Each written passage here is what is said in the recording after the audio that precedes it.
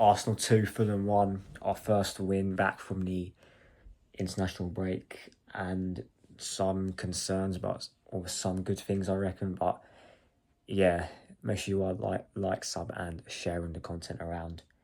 We beat Fulham 2-1 at the Emirates. I think it's our first time beating them in about a couple of years now. I think since the 8-point ball job season, that was the last time we beat them. Team lineup came out, and I think a lot of people were happy to see Bukayo Saka on the bench. Me personally, like I said so many times, he shouldn't be playing in this game. I don't think he should be playing the rest of the season. However, we will get into him in a bit, and I am happy for him in a little bit of a. Yeah, I'm happy for him in a way, in that he got his goal, obviously. But yeah, the game starts, and in my opinion, I think we were proper sloppy, giving the ball away stupidly. Timber, I'll start with him. He did not look on it at all, and there was news that he had he missed a couple of the I think one of the Dutch games due to illness. And I think I saw somewhere, I can't remember what source it was, that he had a knock before the game. And if that is to be true, then Arteta's an idiot for actually starting him. He goes down injured after Gabriel. We'll get into him in a second. And then you're thinking, right, we've got Real Madrid literally at that point in exactly a week's time. 1 week's time. Don't risk him. He's vital to this team. And coming off the back of the ACL he has performed exceptionally well. Arteta plays him. I can't remember if he got taken off or not. But yeah, Arteta's game management, again with injuries, we've seen this so many times. Puts the player back on when he's clearly not able to play. And to be fair, he did play all right. I think he did grow into the game a bit as the first and second half went on. But still, it's little things like that annoy me with Mikel. The other side, Lewis Skelly, I thought started off the game well. I think in the second half, Fulham were getting the better of him. Maybe that's down to tired legs, because he did play with England as well, and he did play well with England for what I've seen. So yeah, and to be fair, it's not like Lewis Skelly to have a bad game. Maybe a couple rushes of blood, but that's about it really from him. And so yeah, it was probably 5-6 out of 10 performance from Lewis Skelly. With centre backs, we'll get onto Gabriel straight away. That did not look good at all. When he signalled that he wasn't able to continue, and then he still continued because we just didn't kick the ball out for some reason. That injury could have got a lot worse with that action, and I haven't actually seen any news regarding how long he'll be out for, but hamstrings like that, they are a couple of weeks at least, a few weeks at least, let's just say that.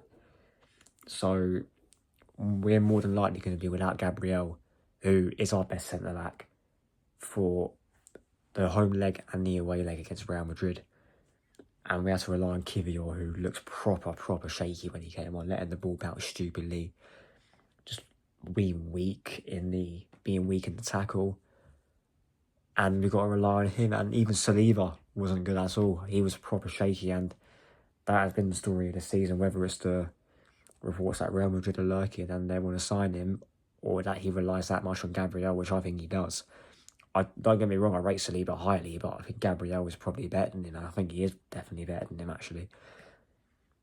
The two midfielders, I think Thomas Partey was hit and miss, some good moments, but then giving the ball away stupidly. Declan Rice didn't look on it as he has been the past couple of days before the England international break. So yeah, they've got to fix up for Tuesday anyway, because yeah, we're going to need them. Erdegaard I think he was awful.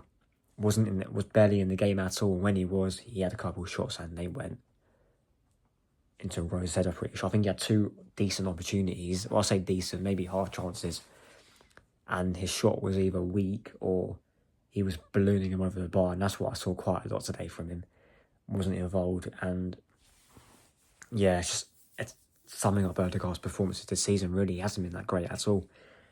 And then Ethan Van Eyre came on. I thought he was actually alright until he came off for Bukayo Saka. He was the only one in that first half, along with Gabriel Martinelli, who he was probably my man of the match. That was actually trying to make things happen. Even switching over to the left-hand side to try try to get things moving in the final third, which he's done really well. And I think, take him being taken off as Saka, I think it's easy to take up to 17. Or I think it's 18 years old now, actually, the 18-year-old, sorry. But yeah, Ethan Waneri put in a decent performance. Gabriel Martinelli, that is the Gabriel Martinelli we've seen before he just turned shit, basically, because he was a good player before this, and then all of a sudden he just turned awful. Gabriel Martinelli was actually beating his man. Yeah, Castagne's not great. He's not that good, actually, to be fair, but he actually looks a lot more lively. He didn't look as timid as he has been for the past couple of years. Yeah, there was a couple of moments where he lost the ball stupidly, but that's what you get from Martinelli. He will sacrifice keeping the ball to take on his man, and to be fair, he was actually putting in some decent crosses as well. He was actually beating his man. That looks like the Gabriel Martinelli from about 2-3 years ago that we saw today. So, yeah, fair play to Martinelli. But will we get this against Real Madrid? We don't know. We've got to wait and see. Mikel Merino, I thought he played all right. I thought he was dropping in deep to get things going in attack. Done that really well. I think his shot deflected in, but still, good instinct to actually get the shot off. And then the main talking point, Bukayo Saka coming back, which, like I said, I didn't want him to come back. However, he scored, and I'm happy for him. And you could see how much that goal meant for him to come back on his return and score a goal. And that flick from Martinelli for that goal was crazy. The cross from Marino. Martinelli, it's not even like he didn't mean it either. He actually saw Saka behind him, flicked it, and then Saka had the free tap in, which that was a very well worked. So that was one of the best goals we scored in the Premier League.